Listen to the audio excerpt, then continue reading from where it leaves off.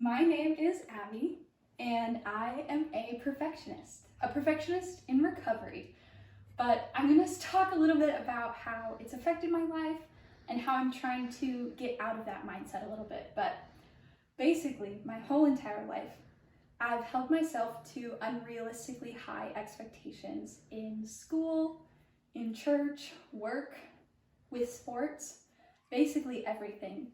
And while it's helped me to maybe get good grades and maybe perform well in sports, it's also had a lot of negative effects on my life. And I'm coming to realize that even though it's been my favorite habit my whole life, really it's been kind of ruining it at the same time. So I'm going to talk a little bit about that. But first, I need your guys' help. I'm going to run you through a little test. So we're going to figure out if you are a perfectionist. So I'm going to show you a series of pictures. I hope you guys on Zoom can see them too, but basically I want you to look at these. Each of these pictures has something wrong with them, and I want you to think about how it makes you feel. So first one, we have a statue that's fallen over and broken into a bunch of pieces. Next we have a Kit Kat bar. I hope nobody eats their Kit Kats that way. Next we have some tiles, and if you look closely in the corner, they're all off. Makes me really uncomfortable. Now we have this. Another one where a tile's out of place, and this one is probably the worst. I actually had somebody do this to me once, but with a pie, and they cut a pie slice straight out of the middle, and I was so uncomfortable. I was really mad about it actually. But obviously, these are just silly little examples and silly little pictures. Just because this picture of a pizza with a slice out of the middle makes you uncomfortable doesn't necessarily mean you're a perfectionist, but it's still pretty likely that you are. So I have a few more questions to ask.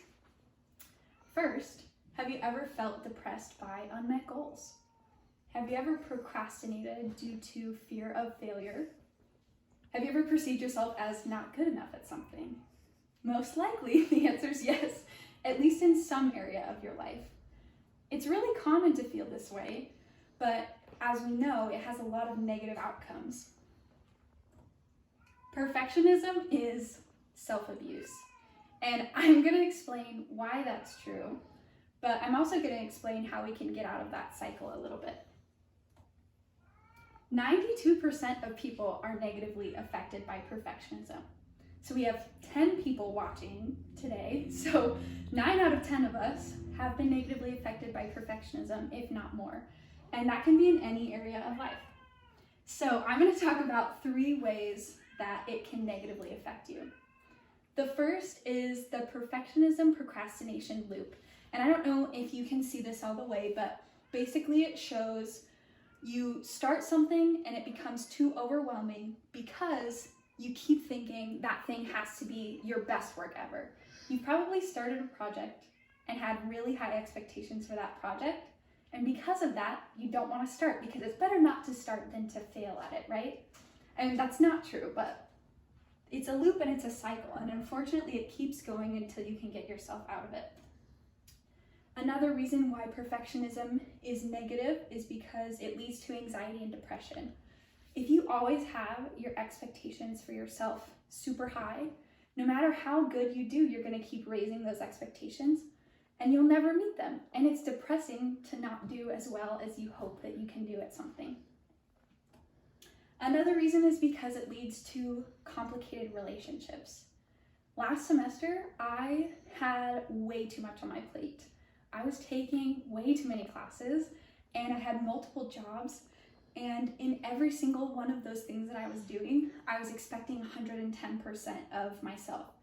And so instead of just accepting an 18 out of 20 on an assignment, I would spend an extra 2 hours to get those 2 points. And that didn't make much of a difference in my life, but because I didn't have time, I wasn't spending that time with friends and family. And it's very common for perfectionism like that to negatively affect relationships. So we know perfectionism ultimately is a weakness, but how do we get out of that cycle? That's something I've been working on right now and really trying hard to get out of. and I reached out to a college professor for help, and he proposed this idea to me, which is to wreck my idea of what perfect is. And I mean that both figuratively and literally, and I'll talk about that a little bit, but he proposed this idea to me and also recommended a book, and I'm going to talk about that book. This is my Wreck Journal. The title is actually Wreck This Journal by author Carrie Smith, and I bought this book with the sole purpose of destroying it. And it's filled with prompts of different ways that I can destroy the book in as many creative ways as I possibly can, which I know sounds interesting, but this has been a big help for me already in wrecking my idea of what perfect is. So I'm going to talk a little bit about how specifically it's helping me. First, this book has been helping me get out of my comfort zone. Almost every one of these prompts makes me cringe and it makes me uncomfortable, and it's supposed to do that. One of the ones that I want to share with you is, I haven't done this one yet, but at some point I have to take this book into the shower and turn the water on and leave the book under the water. And I haven't done it yet because I'm scared to do it, but it's bringing me out of my comfort zone, and it's helping me to not attach myself so much to the outcome or what the book looks like. I know it sounds weird, but I'm going to talk a little bit more about that. This is a quote from the author of the book, and she says to release all attachment to outcome. If I bring this book in the shower with me, it's going to get soggy, it's going to get ruined, but if I keep the book perfect, I'm not going to learn anything. And so that's something I've been working on as well with this book. The last thing that this book is helping me do is to put things into perspective.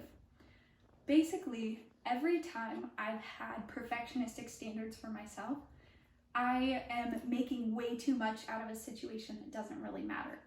So for example, when I first got this book, the first prompt that I read was to cut holes out of the cover and make little glasses.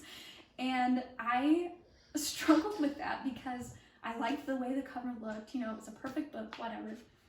And even though this is something that doesn't really affect me that much, neither is the cover of the book, I wasn't putting it into perspective. And I was attaching myself so much to this something that didn't matter.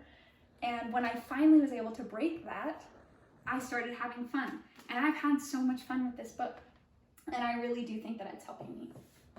But this question, does it really matter this much, is something that I'm trying to apply to every area of my life. And I'm going to help you to do that as well, because like we said, we all have a little bit of perfectionist in us. And I'm going to help you break those habits and ultimately make yourself happier. So my first proposal for you is to go wreck something. You can buy this book if you want to, you don't have to. But even if you don't do that, I want you to intentionally destroy something. Preferably something small to start out with, but that could be maybe dropping a plate of food on the floor intentionally. It could be drawing something and then scribbling over it with marker, or whatever you want to do. But wrecking something will help you to wreck your idea of perfect and ultimately help you to break that habit. My second proposal is to allow yourself to make mistakes. It's very human of us to make mistakes, and it's also very human of us to hate ourselves for that. But we know that it's not a good place to be, and accepting yourself for the mistakes that you make will make you happier and help you to be more creative. The third is to ask yourself often, does it really matter as much as I'm making it seem? If you're working on an assignment and you're working yourself to the point of tears, think about the fact that tomorrow when that assignment's over, you probably won't care as much about it as you would in that moment. Things like that can help you to, like we talked about earlier, put it into perspective and ultimately help you to break that perfectionistic habit. So, life is hard and we know that. And my whole life, I've made it way harder than it needs to be, simply because I had these unrealistic expectations. So my proposal for you is to take these things into account and ask yourself if it matters. Make life easier. because ultimately we know that perfectionism only leads to a more difficult life.